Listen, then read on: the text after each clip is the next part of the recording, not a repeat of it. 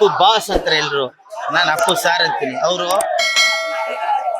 ಅವ್ರು ಇಲ್ಲ ಅನ್ನೋದನ್ನ ನಾವು ಇನ್ನೂ ಕೂಡ ನಾವು ಊಹೆನೂ ಮಾಡಲ್ಲ, ಅದು ಆಗೋದೇ ಇಲ್ಲ. ಅಪ್ಪು ಸರ್ ನಮ್ಮ ಜೊತೆ ಇದ್ದಾರೆ, ಈಗಲೂ ಅವ್ರ ಪಕ್ಕದಲ್ಲೂ ಒಂದು ಫೋಟೋ ಇಟ್ಸ್ಕೊಂಡು ಬಂದೆ.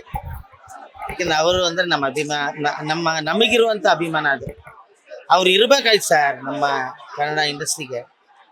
ಆ ವ್ಯಾಲ್ಯೂ ನಾನು ಹೇಳ್ತೀನಿ, ನಮ್ಮ ಇಂಡಸ್ಟ್ರಿ ಒಂದು ಮರ್ಯಾದೆ, ಒಂದು ವ್ಯಾಲ್ಯೂ ಇದೆಯಲ್ಲ, ಅಪ್ಪವ್ರು ಇರ್ಬೇಕಾಯ್ತು ಅಂತ ವ್ಯಕ್ತಿನೇ ನಮ್ಮ ಕನ್ನಡ ನಮ್ಮ ಸಿನಿಮಾದಲ್ಲಿ ಇಲ್ಲಂದ್ಮೇಲೆ ಏನು ನಮಗೆ ಬಹಳ ಬೇಜಾರು ಅನ್ಸುತ್ತೆ.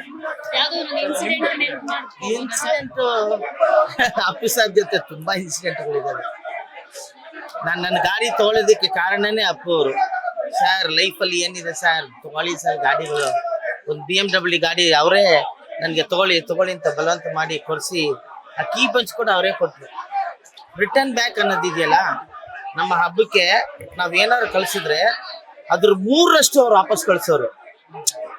ಅಂತ ಒಂದು ಮನ್ಸಿರೋರು ಅವ್ರ ತಂದೆ. ಅವ್ರಿಗೆ ಆತರ ಒಂದು ಒಳ್ಳೆಯ ಸಿನಿಮಾದಲ್ಲಿ ಇದ್ರೂ ಕೂಡ ಯಾವ ತರ ನಾವು ನಡ್ಕೋಬೇಕು, ದೊಡ್ಡವರು ಚಿಕ್ಕವರು ಅನ್ನೋದನ್ನ ನಾವು ಅಪ್ಪವ್ರ ಹತ್ರ ಕಲಿಬೇಕಾಯ್ತು. ನಾವು ದೊಡ್ಡವರಾದ್ರೂ ಕೂಡ ಆ ಮರ್ಯಾದೆ ಇನ್ನೊಬ್ಬರಿಗೆ ಕೊಡುವಂತ ಬೆಲೆ ಅವ್ರ ಹತ್ರ ನಾನು ಕಲ್ತಿದ್ದೀನಿ. ಅದಕ್ಕೆ ಅಪ್ಪು ಸರ್ನ ನಾನು ಕಡೆ ಪ್ರೋಗ್ರಾಮ್, ನಂದೇ ಪ್ರೋಗ್ರಾಮ್ 28ನೇ ತಾರೀಕು ಅವ್ರು ಮಾಡಿದ್ದು. ಅವತ್ತು ಕೂಡ ಇದನ್ನೇ ಮೆನ್ಷನ್ ಮಾಡಿದೆ ನಾನು. ರಾಜ್ಕುಮಾರ್ ಸರ್ನ ಮುಟ್ಬೇಕು ಅಂದ್ರೆ ಒಂಥರ ಕೈ ಸ್ಪರ್ಶ ಆಗೋದು, ನಮ್ಗೆ ಒಂಥರ ವೈಬ್ರೇಷನ್ ಆಗೋದು. ಅದೇ ತರ ಹೋದಾಗೆಲ್ಲ ಅಪ್ಪು ಸರ್ನ ಮುಟ್ಟೋದು. ಯಾಕೆಂದ್ರೆ ಅವ್ರ ಮೈ ಹತ್ರ ಒಂಥರ ಸ್ಮೂತ್, ಒಂಥರ ಅವ್ರ ಪವರ್ ಸ್ಟಾರ್ ಅಂತ ಕರೆಕ್ಟಾಗಿ ಹೆಸರಿಟ್ಟಿದ್ರು.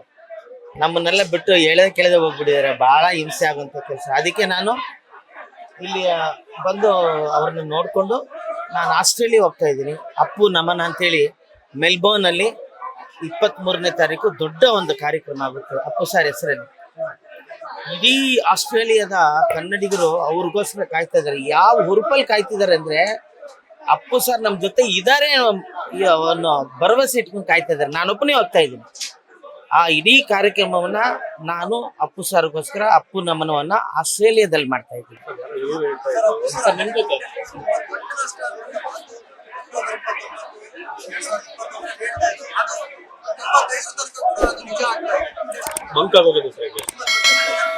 ಕರೆಕ್ಟ್ ಆಗಿ ಹೇಳಿದ್ರಿ ಸರ್. ಏನಂದ್ರೆ ಅಪ್ಪು ಅವ್ರ ಬರೀ ಪವರ್ ಸ್ಟಾರ್ ಅಲ್ಲ, ಹೇಳಿದ್ನಲ್ಲ ನಾನು, ನಮ್ಮ ಇಡೀ ಕನ್ನಡ ಇಂಡಸ್ಟ್ರಿ ಸೋತೋಗಿದೆ ಈಗ.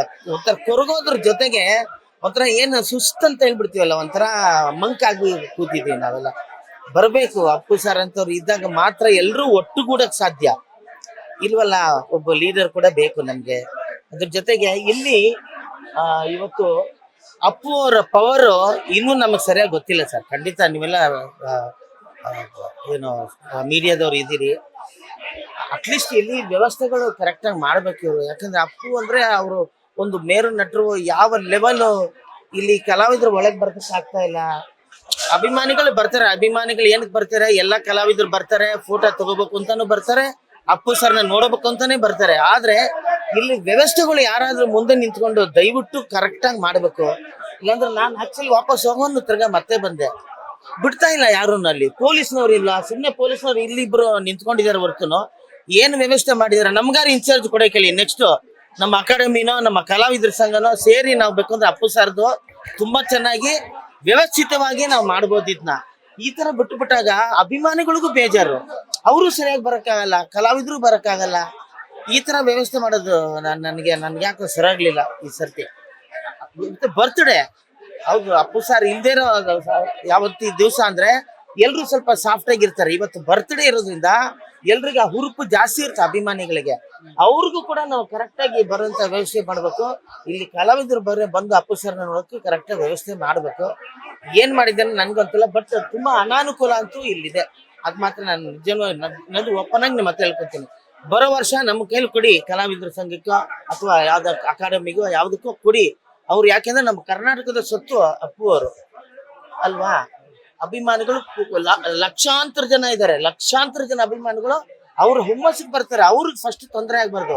ನಾವು ಕಲಾವಿದ್ರು ಬಂದಾಗ ನಮ್ಮಿಂದ ಅವ್ರಿಗೆ ತೊಂದರೆ ಆಗ್ತಾ ಇದೆ. ಅವ್ರನ್ನ ನಾವು ಬ್ಲೇಮ್ ಮಾಡೋದ್ರಲ್ಲಿ ತಪ್ಪು. ಅವ್ರನ್ನ ಬ್ಲೇಮ್ ಮಾಡ್ಬಾರ್ದು. ದಯವಿಟ್ಟು ಅದೊಂದಾದ್ರೆ ಇನ್ನೂ ತುಂಬಾ ಚೆನ್ನಾಗಿರುತ್ತೆ. ಲಕ್ಷಾಂತರ ಜನ ಬರ್ತಾ ಇದಾರೆ. ಇದೊಂದು ವ್ಯವಸ್ಥೆ ಆಗ್ಬೇಕು ಅಂತ ನಾನು ಕೇಳ್ತೀನಿ. ಲೇಟೆಸ್ಟ್ ಹಾಗೂ ಇಂಟ್ರೆಸ್ಟಿಂಗ್ ಸುದ್ದಿಗಳಿಗಾಗಿ ಬಾಸ್ ಟಿವಿ ಕನ್ನಡ ಚಾನೆಲ್ನ ಸಬ್ಸ್ಕ್ರೈಬ್ ಮಾಡಿ. ಹಾಗೆಯೇ ಬೆಲ್ ಐಕಾನ್ ಪ್ರೆಸ್ ಮಾಡಿ. ಇದರ ಜೊತೆಗೆ ಫೇಸ್ಬುಕ್, ಇನ್ಸ್ಟಾಗ್ರಾಮ್, ಎಕ್ಸ್ನಲ್ಲೂ ಮಿಸ್ ಮಾಡದೆ ಫಾಲೋ ಮಾಡಿ.